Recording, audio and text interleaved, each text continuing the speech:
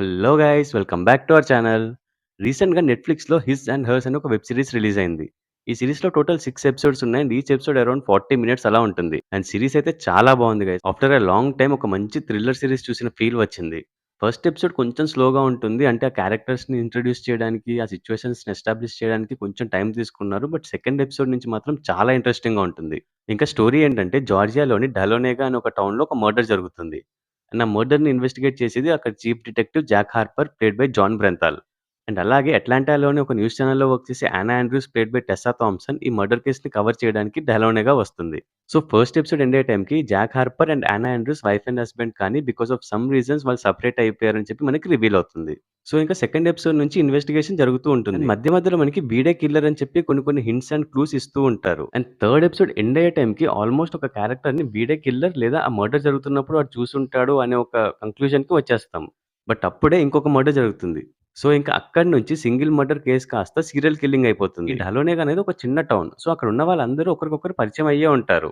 Like Hawkins in 'stranger things', Derry in 'it' అలా అన్నమాట. ఈ 2 మర్డర్స్ జరిగినప్పటికి అక్కడున్న వాళ్ళందరూ పానిక్ అయ్యి అసలేం జరుగుతుంది? కిల్లర్ ఎవరు? అసలు మనలోనే ఎవరో ఒకరు కిల్లర్ ఏమో అని చెప్పి టెన్షన్ పడుతూ ఉంటారు. సో, ఇలా క్లైమాక్స్ వచ్చేసరికి టోటల్ 3 మర్డర్స్ జరుగుతాయి. అండ్ ఈ విక్టిమ్స్ అందరూ కూడా ఒకరికొకరు రిలేట్ అయ్యే ఉంటారు. ఈ సీరీస్‌లోని ఇంకొక మెయిన్ క్యారెక్టర్ గురించి చెప్పాలి. అదే డిటెక్టివ్ ప్రియా పటేల్. సో, ఈ Priya Patel chief detective Jack హార్పర్‌కి subordinate. But because of some reasons Priya పటేల్‌ని జాక్ హార్పర్ తక్కువ చేస్తూ ఉంటాడు. అదెందుకనేది మనకి సీరీస్ చూస్తే అర్థమైపోతుంది. ఈ ప్రియా పటేల్ ఏం చెప్పినా కూడా ఈ ఊర్లో నేనే పెద్ద డిటెక్టివ్‌ని నాకన్నా ఎక్కువ తెలుసా నేను చెప్పించేయి ఎక్కువ ఆలోచించకు అని చెప్పి ఏదో ఒకటి చెప్తూ ఉంటాడు. బట్ స్టిల్ ఇన్వెస్టిగేషన్ అవుతున్నప్పుడు ప్రియా పటేల్‌కి కొన్ని డౌట్స్ క్రియేట్ అవుతూ ఉంటాయి. సో, అందుకే జాక్ హార్పర్ వద్దని చెప్పినా కూడా తను పర్సనల్‌గా సీక్రెట్‌గా ఇన్వెస్టిగేట్ చేసి కొంచెం ఇన్ఫర్మేషన్ కలెక్ట్ చేస్తుంది. అండ్ ఆల్మోస్ట్ క్లైమాక్స్ వచ్చేసరికి మనలాగే ప్రియా పటేల్ కూడా ఒక క్యారెక్టర్ మీద డౌట్ వచ్చి తనని అరెస్ట్ చేయడానికి వెళ్తుంది. సో, ఇదంతా జరుగుతుండగానే మధ్య మధ్యలో ఫ్లాష్ బ్యాక్ ఎపిసోడ్స్ చూపిస్తారు. అండ్ ఆ ఫ్లాష్ బ్యాక్ ఎపిసోడ్స్ కూడా ఈ మర్డర్స్‌కి రిలేట్ అయ్యే ఉంటాయి. అండ్ ఇంకా క్లైమాక్స్ అయితే పీక్స్. అప్పటి వరకు క్రియేట్ అయిన డాట్స్ అన్నీ కూడా చాలా బాగా కనెక్ట్ చేశారు.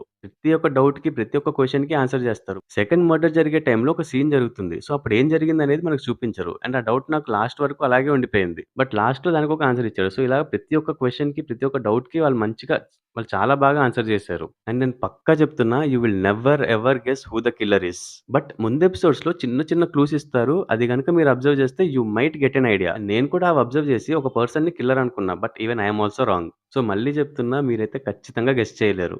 సో, ఈ మర్డర్స్‌తో కానీ లేదా ఆ మర్డర్ అయిన పర్సన్స్‌తో కానీ చాలా మంది ఇన్వాల్వ్ అయ్యి ఉంటారు. అండ్ ప్రతి ఒక్కరి మీద కూడా డౌట్ క్రియేట్ అవుతుంది. బట్ లాస్ట్‌లో మాత్రం ఆ మిస్టరీ రివీల్ అయినప్పుడు మాత్రం నిజంగా నేనైతే చాలా షాక్ అయ్యా. అండ్ ఇంకా పెర్ఫార్మన్సెస్ అయితే అందరూ చేశారు. అండ్ ఎస్పెషల్లీ నాకు జాన్ బ్రెంతాల్ యాక్టింగ్ చాలా ఇష్టం. అంటే కొంతమంది యాక్టర్స్ ఉంటారు like Jon Bernthal, Tom Hardy, Karl Urban వీళ్ళ యాక్టింగ్ నాకు చాలా ఇష్టం. అంటే వాళ్ళ యాక్సెంట్ గాని, వాళ్ళ బాడీ లాంగ్వేజ్ గాని, వాళ్ళ యాటిట్యూడ్ గాని, వాళ్ళ పెర్ఫార్మన్స్ నాకు చాలా నచ్చుతుంది. అంటే వాళ్ళేదో జోక్స్ ఏసి కామెడీ చేయరు. వాళ్ళ యాక్టింగ్‌లోని చిన్న చిన్న డైలాగ్స్ ఉంటాయి. అవి భలే కామెడీగా అనిపిస్తాయి. అండ్ ఈ సీరీస్‌లో కూడా అలాంటివి ఒక 2, 3 సీన్స్ ఉంటాయి. అవి నాకు పర్సనల్‌గా నచ్చాయి. అవి కాకుండా అయితే ఇంకా పెద్దగా కామెడీ అయితే ఏమి ఉండదు. సీరియస్ టోన్‌లోనే వెళ్తుంది. సో, సీరీస్ అయితే చాలా బావుంది. నేనైతే ఖచ్చితంగా రికమెండ్ చేస్తా. And try to binge watch it. ఎందుకంటే ఒక 2-3 ఎపిసోడ్స్ చూసి ఆపేసి మళ్ళీ తర్వాత ఎప్పుడో 3 ఎపిసోడ్స్ చూస్తే ఆ ఎక్సైట్‌మెంట్, ఆ సస్పెన్స్ మిస్ అయిపోతాం. సో, అందుకే చెప్తున్నా వీలైతే బింజ్ వాచ్ చేయండి. సో, టోటల్ సీరీస్ ఒక 4-4 ½ అవర్స్ ఉంటుంది. ఒక్క నైట్‌లో లాగించేయొచ్చు. నేను కూడా అలాగే చూసా.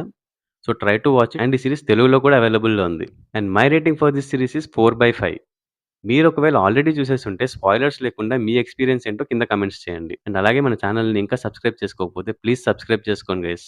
500 సబ్స్క్రైబర్స్‌కి చాలా దగ్గరలో ఉన్నాం. మీ అందరి సపోర్ట్‌తో ఈ ఫస్ట్ మైల్‌స్టోన్‌ని రీచ్ అయిపోదాం. సో, ఇంకా సబ్స్క్రైబ్ చేసుకోని వాళ్ళు ఎవరైనా ఉంటే ప్లీజ్ సబ్స్క్రైబ్. అండ్ అలాగే ఈ వీడియో మీకు నచ్చినట్టయితే లైక్ చేసి మీ ఫ్రెండ్స్ అండ్ ఫ్యామిలీ మెంబర్స్‌కి షేర్ చేయండి. Also follow us on Facebook and Instagram. Thanks for watching. See you in the next video. Adios.